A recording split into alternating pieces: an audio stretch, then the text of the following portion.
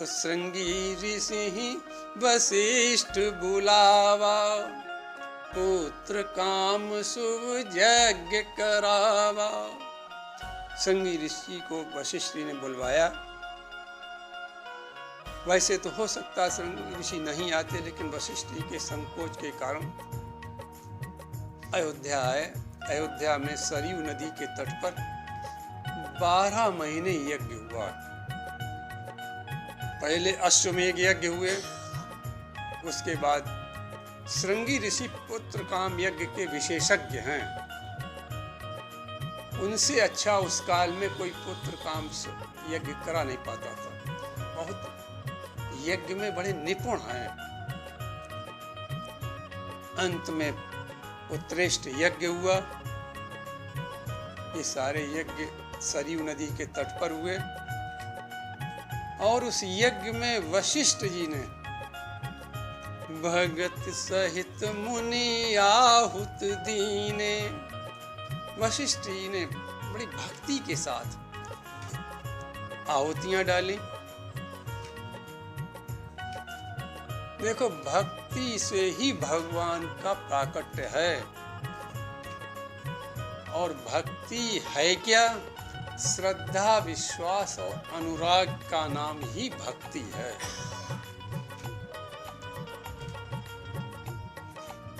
भक्ति में यदि श्रद्धा नहीं है, यानी परमात्मा के प्रति श्रद्धा नहीं है,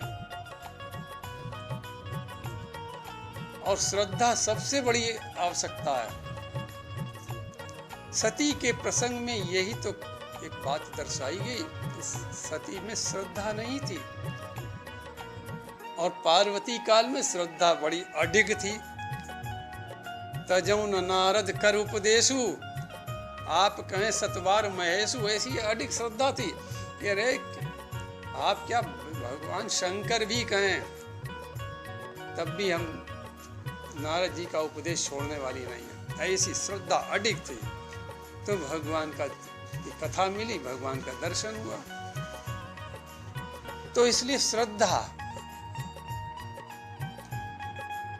सबसे महत्वपूर्ण चीज, श्रद्धा। फिर विश्वास, बिनु विश्वास भगति नहीं। बिना विश्वास के भक्ति हो ही नहीं सकती।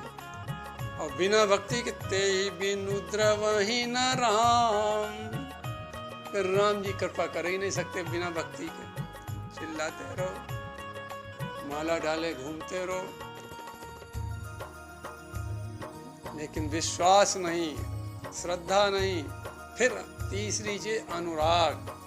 अनुराग कहते विशुद्ध प्रेम। ये हम लोग प्रेम प्रेम चिल्लाते हैं, ये प्रेम नहीं, मोह है। प्रेम तो विशुद्ध है। गोपियों का प्रेम विशुद्ध था। प्रेम, कबीर साहब ने तो लिखा, ढाई आखिर प्रेम को पढ़े से पंडित हो। पंडित माने ब्राह्मण नहीं, पंडित माने विद्वान। और विद्वान वही है जो प्रेम में ढाई अक्षर हैं का इनको जान ले। पढ़े मन इनको जान ले। तो का अनुराग। शिव जी ने भी यही कहा कि प्रेम ते प्रगट हो मैं जाना। कि परमात्मा तो कण कण में है, लेकिन प्रेम से वो प्रकट हो जाता है।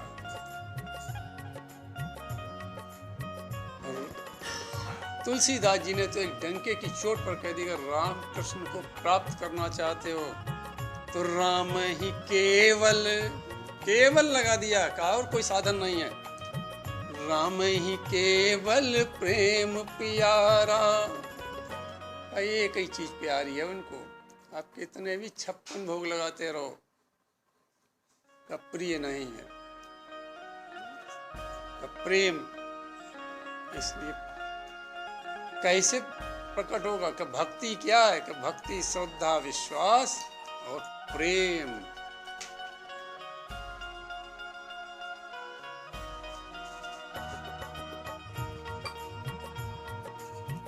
तो और परमात्मा को प्राप्त करने का आधार भी भक्ति ही है। और भक्ति में 3 चीजें।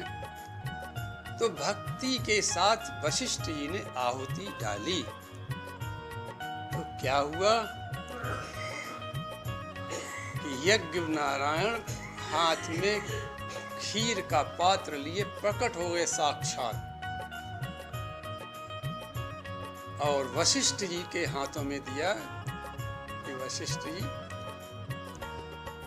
इस पात्र में जो खीर है वो महाराज दशरथ को देकर या रानियों में यथोचित बांट दें। ऐसा कहकर यज्ञ भगवान उसी यज्ञ में अंतर्ध्यान हो गए। वशिष्ठ ने महाराज दशरथ को दिया। दशरथ जी ने रानियों को बुलवाया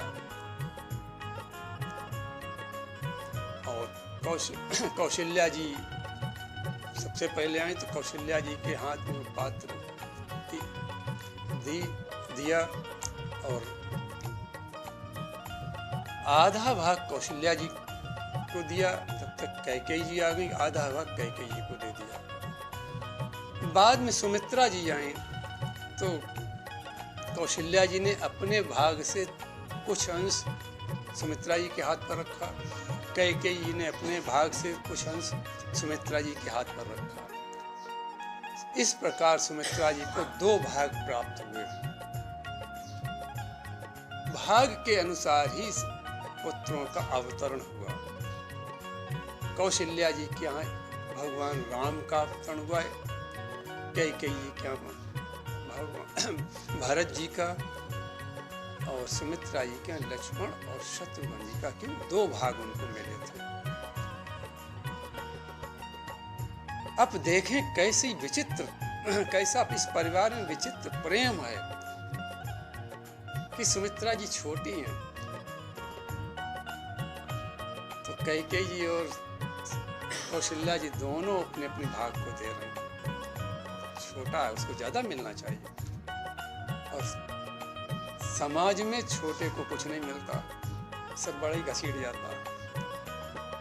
बेईमानी सब बड़े कर जाते हैं परिवारों में, छोटा तो सबसे छोटा ही होता है। रामचरितमानस शिक्षा देती है कि जीवन कैसे यापन करो, मत बेईमानी करो, मत गलत व्यवहार करो। ये तो यही छूट जाएगा जिसके लिए तुम आचरण खराब कर रहे हो। तो कौशल्या जी का चरित्र देखें, कैकेयी का चरित्र, सुमित्रा जी को 2 भाग मिले।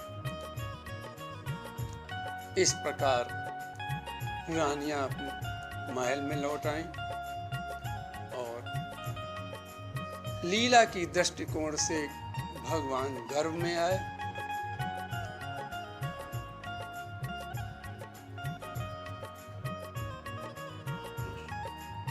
ब्रह्मा जी ने सब देवताओं से कहा, ब्रह्मलोक सबसे ऊपर है, इसलिए ब्रह्मा जी सब देवताओं को लेकर आकाश मंडल में आ गए। सारे देवता ब्रह्मा जी के साथ आकाश मंडल में आ गए। अब भगवान के प्राकट्य का समय आ रहा है।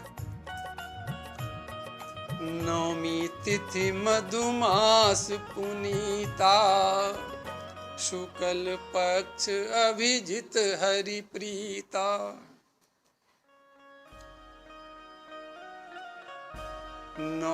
चैत मास नवमी तिथि, शुक्ल पक्ष, पक्ष 2 होते हैं, शुक्ल पक्ष कृष्ण पक्ष, शुक्ल पक्ष और अविजित मुहूर्त।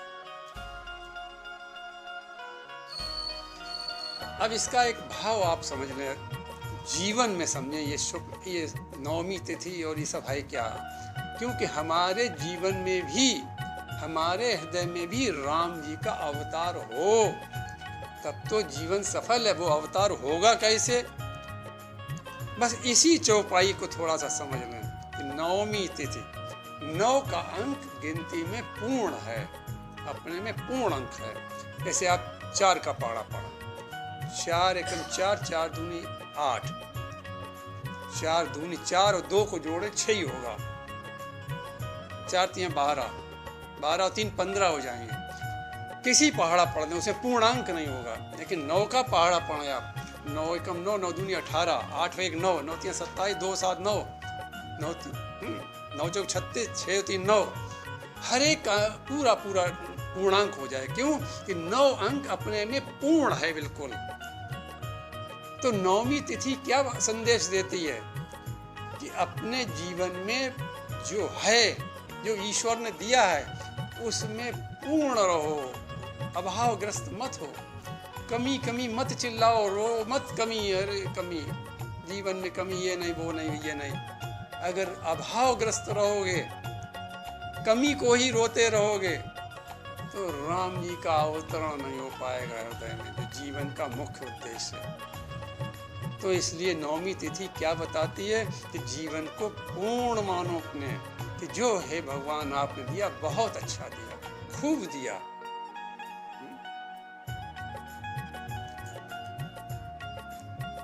एक विकलांग, जिसे दिव्यांग कहते हैं, उसकी एक बांह थी, तो एक व्यक्ति ने कहा, अरे भैया तुम्हारे तो एक बांह, नाचने लगा। अरे इतने खुश क्यों हुए? कहा क्या बात है कि कम से कम 2 पैर तो भगवान ने दिए हैं, किसी किसी के तो 2 पैर भी नहीं, हमें तो इसने दोनों पैर दिए हैं। तो आप देखें कि दिव्यांग होते हुए भी जीवन में कितना भगवान के प्रति समर्पित है, पूर्ण है, कि जो दिया आपने हमको बहुत दिया, खूब दिया। ऐसा नित्य प्रति अभ्यास करो, परमात्मा से कहो। तो नवमी तिथि का मतलब है अपने को पूर्ण समझो। मधुमास इसके आता है। 6 ऋतुएं होती हैं, उसमें एक बसंत ऋतु भी है। बसंत ऋतु में फागुन और चैत 2 मास आते हैं। ये बसंत ऋतु क्या है, चैत मास क्या है? श्रद्धा सम बसंत ऋतु गाई, तुलसीदास जी ने लिखा कि हम श्रद्धा से परिपूर्ण रहें हमेशा। यही चैत्र मास है कि हमारी श्रद्धा बलवती हो, श्रद्धा पूर्ण हो, हमारी श्रद्धा में शंका न हो। जिसके प्रति श्रद्धा हो, भगवान के प्रति श्रद्धा हो, महापुरुष के प्रति श्रद्धा हो, सर्वश्रेष्ठ के प्रति श्रद्धा हो, गुरु के प्रति श्रद्धा हो, माता पिता के प्रति श्रद्धा, ये पूर्णतम हमारी हो। तो ये चैत्र मास है, श्रद्धा सम बसंत ऋतु। बसंत ऋतु क्या है? श्रद्धा है।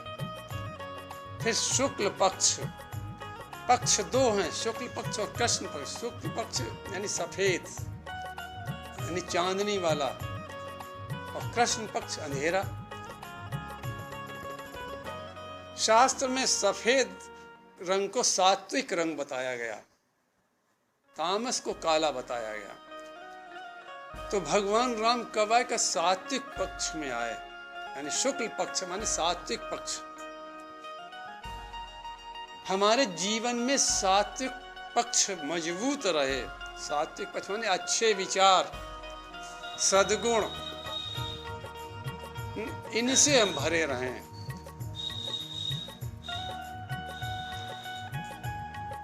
तो भगवान राम का हृदय में अवतार होगा। फिर समय कौन सा था कि मध्य दिवस, न सुबह था न शाम थी, दोपहर का समय था।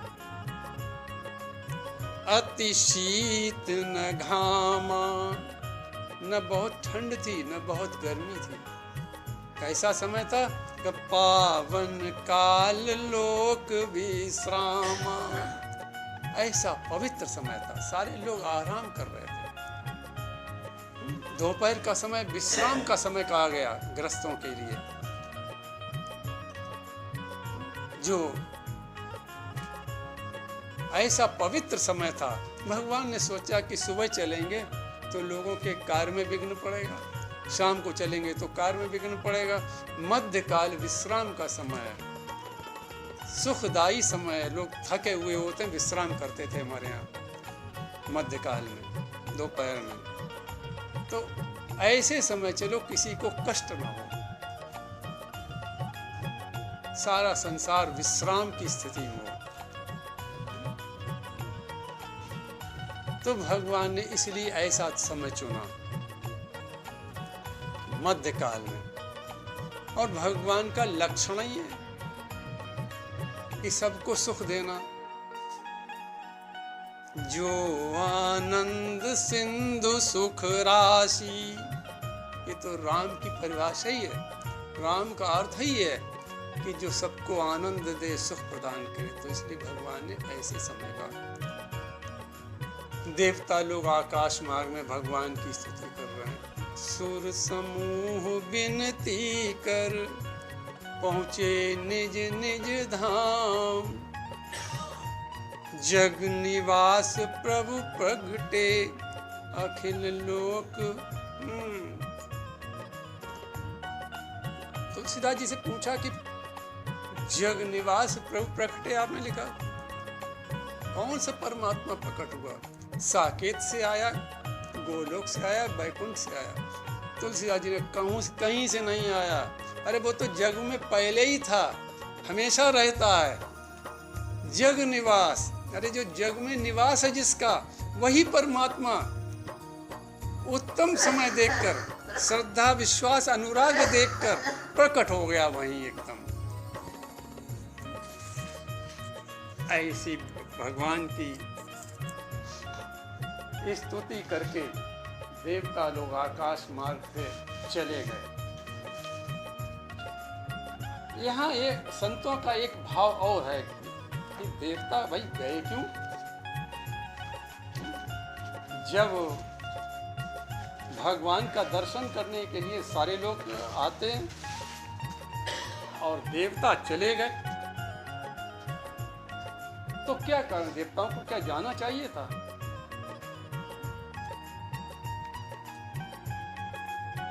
तो संतों ने इसका भाव एक दूसरा बताया। जितने देवता थे वो भगवान के शरीर में, उनका सबका धाम कहाँ? देवताओं का धाम तो भगवान का शरीर ही है। भगवान के शरीर में ही प्रत्येक अंग अंग में जहाँ जिसका वास था उसमें बैठ गए। ब्रह्मा का वास है बुद्धि में, इंद्र का वास है हाथों में, शिव जी का वास है अहंकार में। इस प्रकार प्रत्येक देवता का प्रत्येक अंग में वास है। तो इसलिए वो देवता लोग ऐसा उत्तम अवसर छोड़कर कहीं नहीं गए, वो तो भगवान के अंग अंग में विराजमान हो गए कि भगवान की लीलाओं का दर्शन होगा आगे। इसलिए इसका आध्यात्मिक भाव यही कि कहीं गए कहीं नहीं देवता। तो सुर समूह विनती कर पहुँचे निज निज धाम। कहाँ पहुँचे? निज निज धाम, जहाँ जिसका धाम था, जिसका हाथ में धाम था, जिसका बुद्धि में धाम था, जिसका अहंकार में धाम था, जिसका पैरों में धाम था, जिसका हृदय में धाम था, सब ने अपना अपना धाम पकड़ लिया। सब ने अपने अपने स्थान देख लिए भगवान के हृदय के, भगवान के शरीर से। अब भगवान के प्राकट्य का समय हो रहा है। अब जो स्तुति है उसे अधिकांश स्तुति सबको याद ही होगी। भय प्रगट कृपाला, भाई आप लोग सभी गाएं, सब तो याद ही होगी अधिकांश लोगों को ये स्तुति। भय प्रगट कृपाला दीन दयाला कौशल्या हितकारी, हर्षित मातारी मुनि मनहारी, अद्भुत रूप विचारी। अद्भुत रूप विचारी, कैसे भगवान प्रकट हुए? चार भुजाओं में शंख चक्र गदा पद्म लिए हुए प्रकट हुए। ऐसा अद्भुत माता कौशल्या ने रूप देखा। ये केवल माता कौशल्या ही देख रही हैं, ये माता कौशल्या के ही भवन में प्रकट हुए हैं। तो इसलिए माता कौशल्या ऐसा अद्भुत अनोखा रूप देख रहे हैं। बताओ,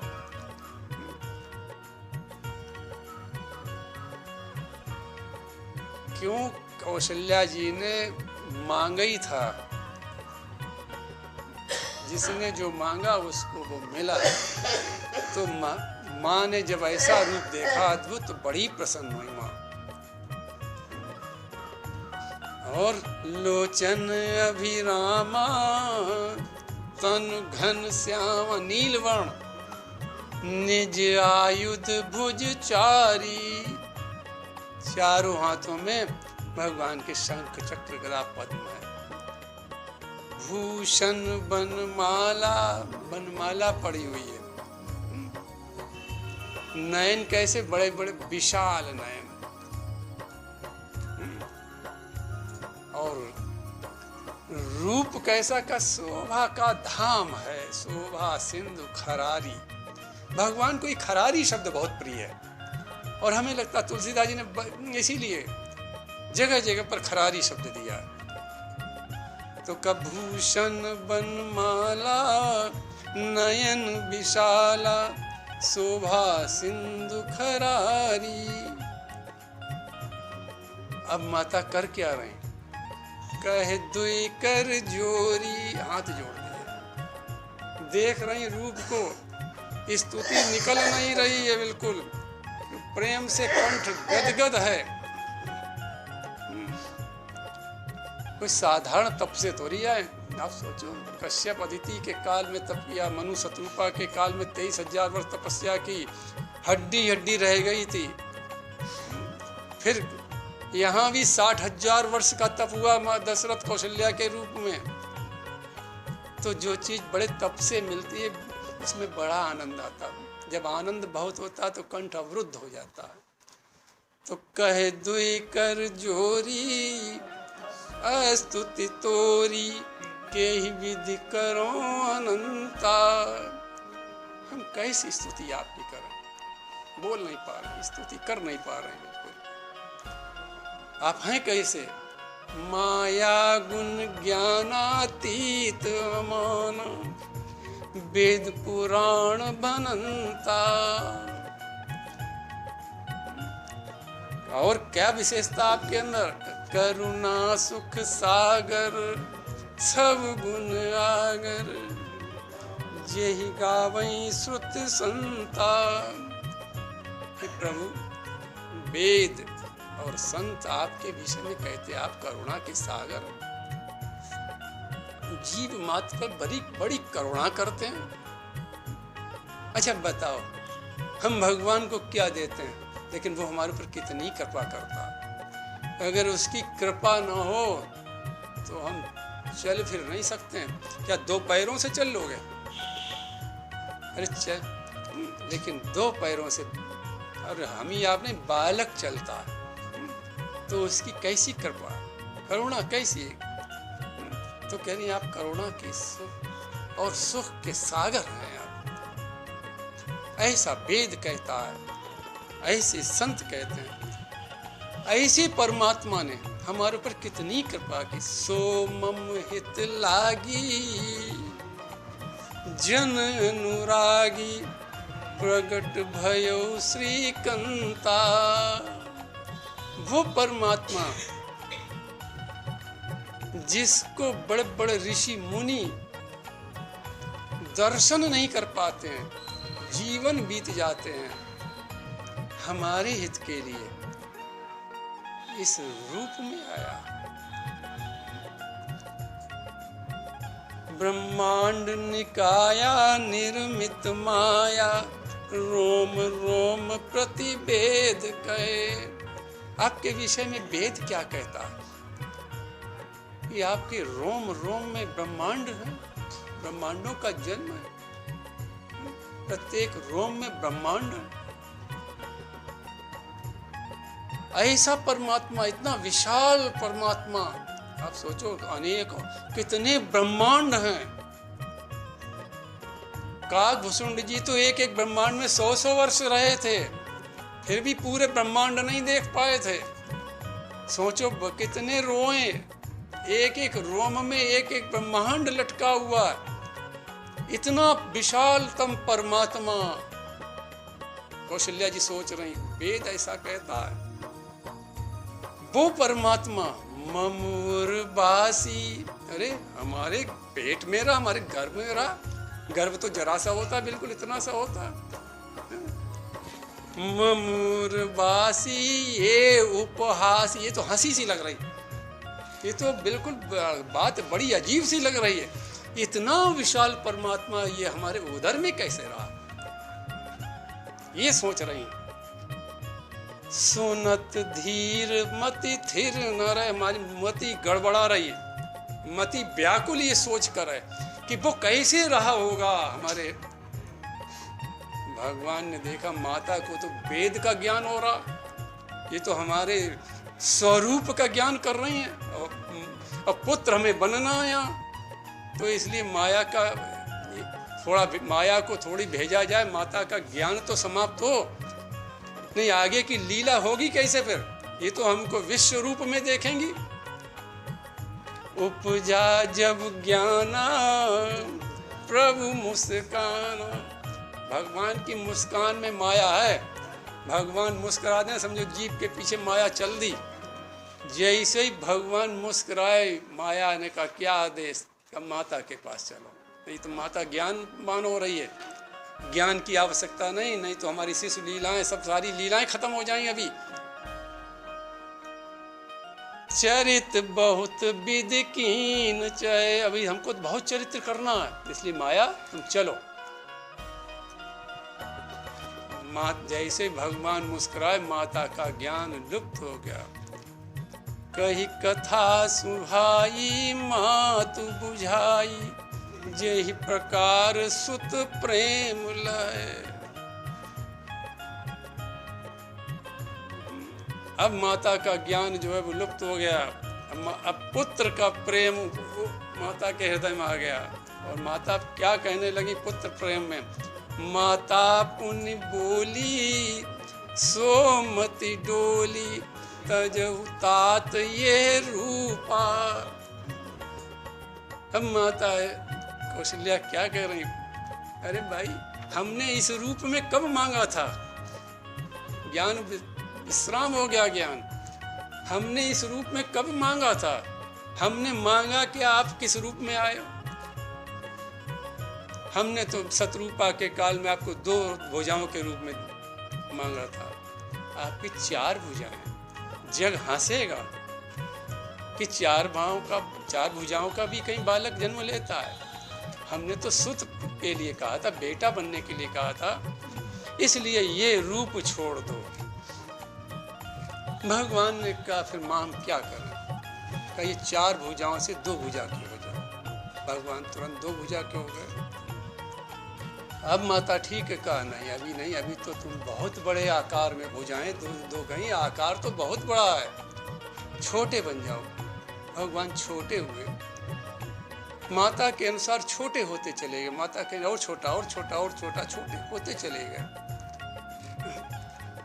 कहा और छोटे हो जाओ, जैसे जन्म लेते समय बालक छोटा होता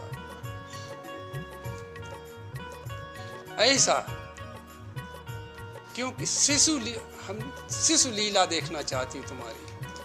भगवान की शिशु लीला में ही आनंद भी है, और वास्तव में बच्चे घर में छोटे आते हैं कि कैसा आनंद आता है छोटे बच्चों में, कि निश्चल प्रेम उनके अंदर होता है। तो इसलिए की जय शिशु लीला, वो लीला कैसी, अति प्रिय शीला, ये सुख परम अनुपा। हम तुम्हारी शिशु लीला का जो सुख परम सुख है, जिसके लिए हमने मांग की, सोई सुख सोई सुख सोई भगति 6 बार मांगा था, सोई सोई सोई करके शत्रुपा के काल में, कि हम वो आनंद लेना चाहते हैं। तो भगवान ने कहा फिर माम करें क्या, सो बताओ। का छोटे तो हो गए, जब बच्चे होते हैं तो रोना प्रारंभ करते हैं, इसलिए रोना भी तो प्रारंभ करो। भगवान ने कहा कि माँ हमारे ऊपर कौन सी विपत्ति है, आदमी तो विपत्ति में रोता है, हमारे ऊपर कहाँ विपत्ति है कोई। कौशल्या जी ने क्या उत्तर दिया, अन्य ग्रंथों में लिखा, कौशल्या जी ने कहा तुम्हारे ऊपर विपत्ति नहीं है, लेकिन देश के ऊपर तो विपत्ति है, देश के ऊपर विपत्ति है, साधु संतों के ऊपर विपत्ति है, समाज के ऊपर विपत्ति है। इसलिए तुम रोने का अभ्यास अभी करो, नहीं तुम आगे चल के नहीं रोक दे। अगर माता रोने का अभ्यास ना करा देती तो शायद सीता की खोज में रो ही नहीं पाते, क्यों रोना जानते ही नहीं। माता ने कहा अभ्यास कर लो अभी से, आगे समस्याएं भी आएंगी। तो कसुन बचन सुजाना रोदन ठाना, ठाना अरे रोना प्रारंभ किया तो फिर रोते ही रह गए। इतना रोए कि रानियां दासियां उन्होंने कहा अरे ये क्या हुआ, कभी पता ही नहीं चला कि माता कौशल्या को गर्भ भी है। और आज तो प्रसव न माता ने कभी प्रसव पीड़ा का वर्णन किया, ये क्या हुआ माता कौशल्या के भवन में, कौन रो रहा है। तो सुन बचन सुजाना रोदन ठाना, हुए बालक सुर भूपा, रोना प्रारंभ कर दिया। तुलसीदास जी कहते हैं ये चरित्र इतना सुंदर है, ये चरित जे गावई हरि पद पावई। एक संत ने तुलसीदास जी से पूछा कि एक बात बताओ, भगवान तो साकेत से यहाँ आ गए थे, फिर साकेत में कौन रहा। तुलसीदास जी ने बहुत अच्छा उत्तर दिया, का साकेत तो खाली हो गया। कहा हाँ खाली हो गया। का फिर कौन रहा। का जिन्होंने ये स्तुति गाई उनको भगवान का धाम यानी भगवान का साकेत मिल गया। हरिपद पावे, भगवान के पद कहाँ है, का साकेत में। का ये चरित्र जे गावई, जो इस चरित्र को गाएगा का वो कहाँ जाएगा, साकेत में जाने का अधिकारी हो जाएगा।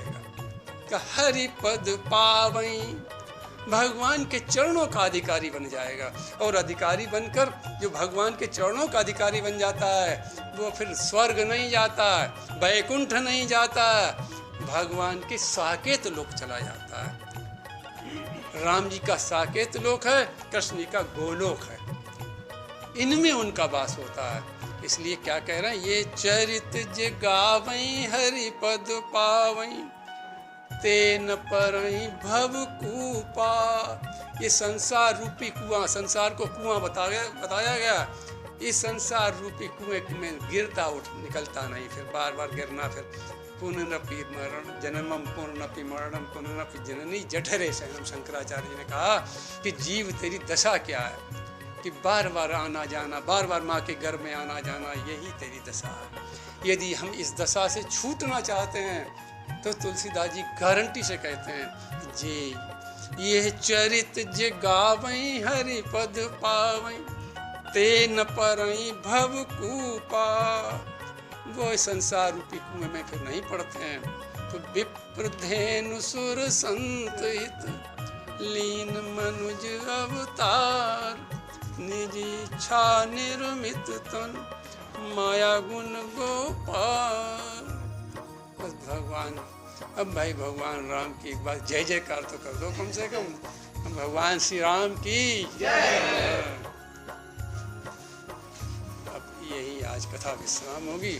प्रणवो पवन कुमार, खलबन पावक ज्ञान घन, जासु हृदय आगार, बसहि राम सर चापुन। प्रभु के चरणन में सदा पुनि पुनि करूं प्रणाम, यही कहूँ भूलूं नहीं मेरे प्रियतम राम। श्री राम जय जय राम, श्री राम